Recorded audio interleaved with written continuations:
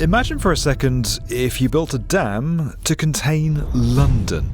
For a start, it would have to be incredibly tall. The same dam would overshadow Paris, Singapore, and, well, actually, most cities.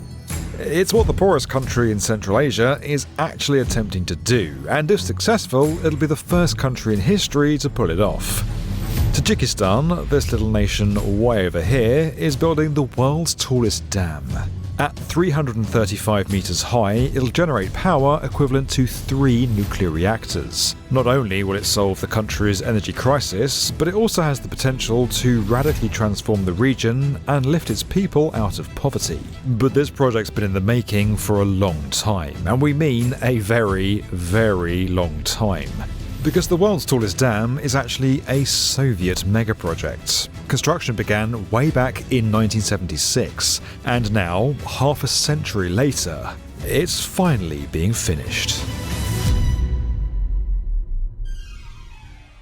Now, say the words Rogun project to anyone in the former USSR, and you'll conjure up an almost mythical image. Like the palace of the Soviets that almost came to be, but instead of in Moscow, this Soviet fever dream was in the rural mountains of Central Asia. But what do we mean by a Soviet megaproject? Well, the USSR was famous for launching absolutely enormous construction schemes, often in extreme conditions and at immense human and financial cost. Whether it was a 227-kilometre canal in the White Sea dug largely with prison labour, a huge steelwork city modelled on the US and built from scratch in the Urals, or some of the largest dams Europe has ever seen. But unlike the Palace of the Soviets, many of these dams were actually built. They included the Volga hydroelectric station in central Russia, the Bratsk Dam on the Angara River in Siberia, and yes, plans for the Rogun Dam in what is now Tajikistan. But the Rogun Dam would never have been possible without the innovation and engineering might that these other dams had brought, the Bratsk Dam in particular. At 125 metres high, it was nearly as tall as the skyscraper itself, and the Bratsk Reservoir behind it is one of the largest man-made lakes in the world. It stretches for 5,400 square kilometres, making it larger than some countries. But hey, it's not like there's short of space in Russia. Bratsk Dam is located here, deep in remote Siberia on the Anfara River. Construction began in 1954, and at peak it employed 40,000 people. A new city, Bratsk, was built from scratch to house the workforce. The dam was a concrete gravity dam and was designed so that its own weight would resist the pressure of the water behind it. A gravity dam holds back water because it's so massive that the horizontal pressure of the reservoir physically can't push it over or slide it downstream. Think of it like a giant wedge of concrete anchored into rock. The heavier and wider it is at its base, the harder it is for water pressure to move it. As is typical for Siberia, it was built under extreme weather conditions, with winter temperatures plunging below -40 degrees Celsius. Construction workers faced permafrost, intimidatingly long transport distances, and complete isolation. Concrete had to be heated during pouring to stop it from freezing, and equipment was adapted for permafrost and the extreme cold. After diverting the river through temporary tunnels and cofferdams, the main dam was constructed in blocks, about 26 to 30 metres wide. Flooding the Bratsk Reservoir took several years and required the resettlement of some 30,000 people, as the surrounding villages and farmland were all submerged. Bratsk was soon called the Light of Siberia. It motivated the country and became the stuff of Soviet legends. It was in the wake of this success that the Rogun project was launched in 1976 as part of the USSR's push to industrialise Central Asia and expand irrigation and energy supplies. But untangling the history of the Rogun Dam from its Soviet origins to its resurgence at the turn of the millennium, and now its ultimate construction, actually means untangling decades worth of news. And when I'm covering such contentious history, I want to make sure I get all sides of the story, which is why I love straight-arrowed news. Typical news algorithms are sometimes designed to stir up anger and clicks, and can cloud us from discovering the full story. Depending on where you find them, two articles can approach the exact same issue but present them in completely different ways. Straight Arrow News does the exact opposite of this. Instead of hiding the other side, it shows me both, forcing me to confront a full range of views, that I might otherwise have been unaware of. There's no spin here, it's just clarity. One of the features I love that accompanies some of their articles is the big picture. It provides really great context and helps fill you in on the wider history of a topic. Without the big picture feature, telling the story and history of the Rogun Dam project would have been pretty much impossible. If, like me, you want to stay informed but without the noise, then download the Straight Arrow News app today. It really helps the channel when you guys take the time to go and check out our sponsors, and these guys are definitely worth a look. Now, let's get back to the USSR's push into Central Asia. You see, Central Asia had incredible deposits of oil, natural gas, uranium, and non-ferrous metals. And all of these were things the USSR needed to support its European industrial base, which at this point in time was beginning to stagnate. The push into Central Asia included steel plants, coal mines, roads, railways, and the tallest dam in the world, but not the one you're thinking of. You see, the Soviets actually built the tallest dam in the world once before, right here in Tajikistan. This is the Nurek Dam, which was completed in 1979. At 300 metres, it's roughly the same height as the Eiffel Tower, and was the world's first super tall dam structure. It served as a precursor to almost everything the Rogun Dam would face. It was built on the same river and in the same mountainous terrain. Tens of thousands of villagers were resettled to create its reservoir. Construction involved tens of thousands of workers, including many brought in from other Soviet republics. The dam altered local ecosystems and contributed to the USSR's broader water mismanagement in Central Asia, famously linked, albeit indirectly, to the Aral Sea disaster. It was a prestigious project to show that socialism could bring progress to one of the Union's poorest regions, and by all means it was a success. Even after the collapse of the Union, the dam provided up to 90% of the country's electricity, so it was natural that the Soviets looked to build another, even bigger dam further up the river. They envisioned this new dam would generate massive amounts of electricity, and as a bonus could control the river's seasonal flooding and provide irrigation water for cotton fields in Tajikistan, Uzbekistan, and Turkmenistan. Its energy would feed not just Tajikistan, but also Uzbekistan and southern Kazakhstan, creating an integrated Central Asian grid. It would be a revolution, and we know how the USSR feels about revolutions. Work began in 1976 with excavation and the building of a cofferdam. That's a temporary structure built inside the river that pumps out water to keep the worksite dry. Then the project stalled. It was far too ambitious for its own good. While they had managed to build the Nurek Dam, this new site presented some extreme challenges. It had an unstable geology, a very high seismic risk, and required massive amounts of expensive tunnelling. Early work revealed leakage and landslide risks and forced repeated design changes. By the 1980s, under Brezhnev and then Gorbachev, the USSR faced stagnation and limited resources for giant infrastructure projects like this. The money went elsewhere: the ongoing Afghanistan war, the arms race, and the Chernobyl cleanup. Central Asia, which was already seen as peripheral and not that important to the USSR, suffered from reduced funding and faded from view.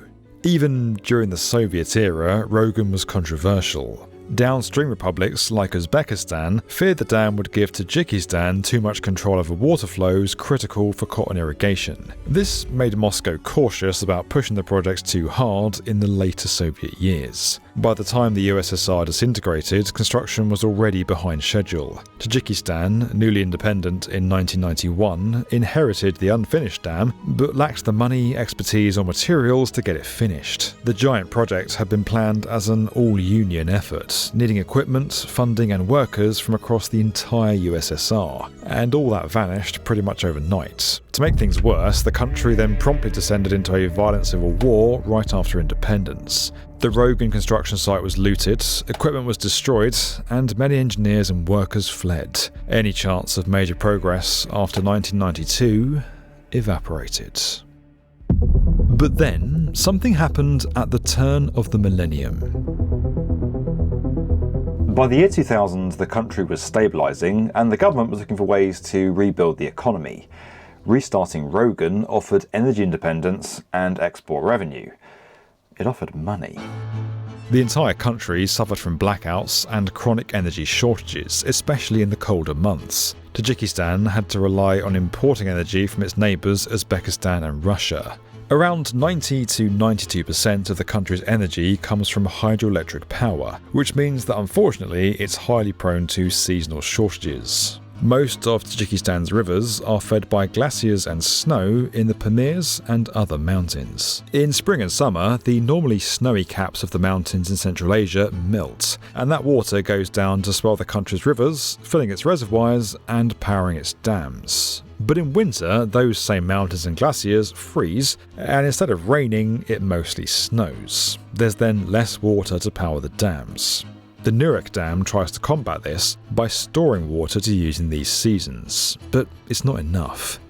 Tajikistan was in dire need of another source of electricity. It needed the Rogun Dam, and as luck would have it, around this time, Russia was beginning to stabilise too. The country was experiencing an economic upturn after a terrible depression. The 90s were officially over. Russia, through companies like Rusal, the aluminium giant, expressed interest in financing Rogun because it needed cheap electricity for aluminium production. That spurred preliminary work to start again on the megadam, but it didn't last long. Building the world's tallest dam isn't cheap, and the costs just kept on spiralling. At this point, by the mid-2000s, the price was in the tens of billions of dollars. President Emomali Rahmon made Rogun a national symbol, even encouraging citizens to buy shares in the dam, but it failed to generate enough funding. Finally, in 2016, Italian company Cellini Improgilio, now WeBuild, took over construction, and boy did they have their work cut out for them. Back in 1993, the site suffered serious flooding which destroyed much of the existing construction works. The numerous earthquakes didn't help matters either. In fact, it was the earthquakes that really scared the engineers. Now, let's just pause for a moment and really look at that in context. The only structure comparable to this dam in height is a super tall skyscraper. Not a regular skyscraper, a city-defining 300-metre plus tall, super tall skyscraper.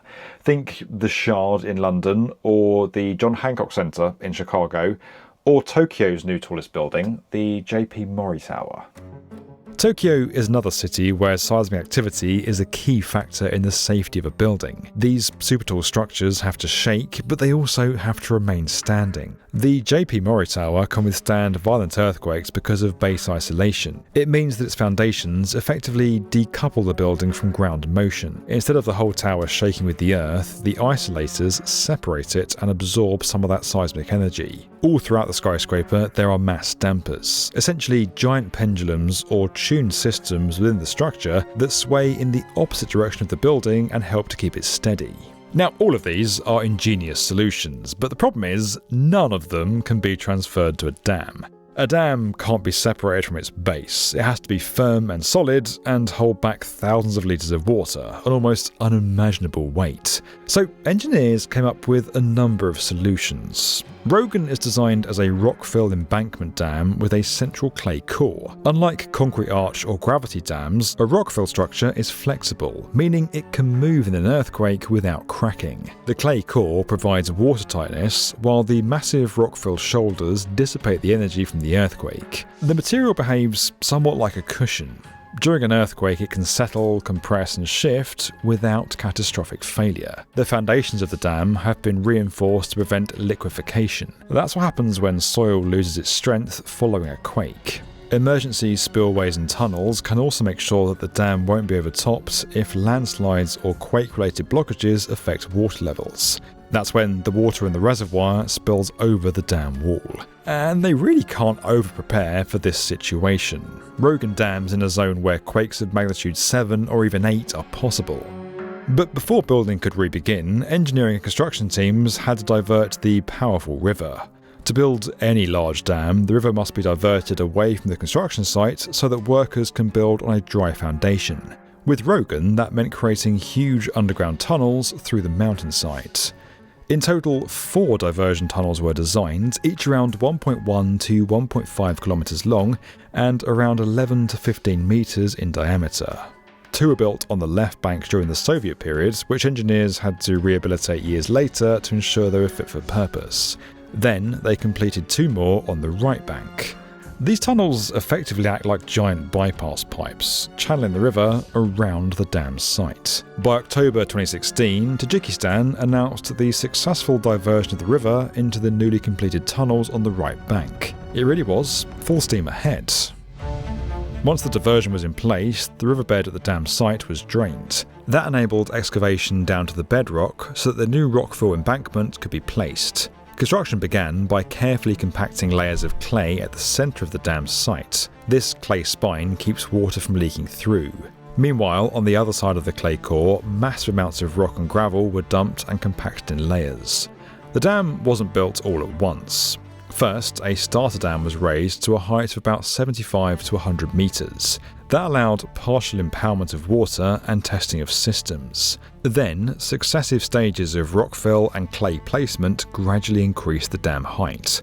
By 2018, the water had risen high enough for the first turbine to begin producing electricity. The plan is for the dam to be fully complete by 2029, with the reservoir full by 2036. In August 2025, it was reported that the dam's crest had reached about 1,110 metres above sea level.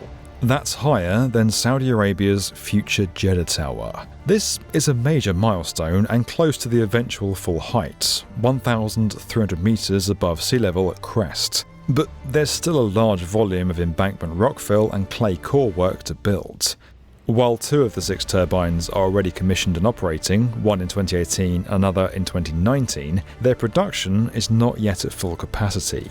Gradual filling of the reservoir is scheduled to begin once enough height and ceiling are in place, but the reservoir won't be at its full level until 2036. The total cost to complete the project remains enormous, with estimates of around 6.2 to 6.4 billion US, and the battle to secure that funding remains ongoing.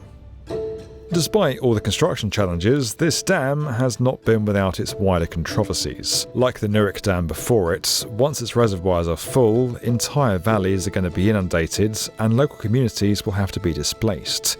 46,628 people, in fact, from 69 villages. As of 2024, over 15,000 residents have already been relocated.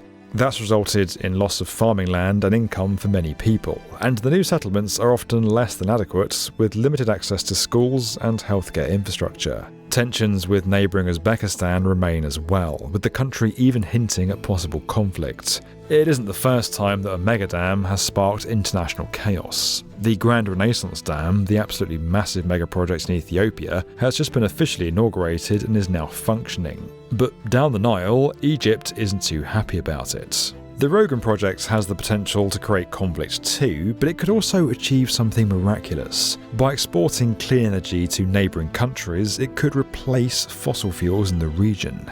These colossal projects reshape mountains, rivers, and even entire countries. There's a tremendous amount of responsibility on the engineers and decision makers to get them right, because once you've built the world's tallest dam, you can't exactly go back. This video was sponsored by Straight Arrow News. Don't forget that you can get the full picture by downloading the Straight Arrow News app at the link below, and that it really helps the channel out when you guys take the time to go and check out our video sponsors. And as always guys, if you enjoyed this video and you want to get more from the definitive video channel for construction, make sure you're subscribed to the B1M.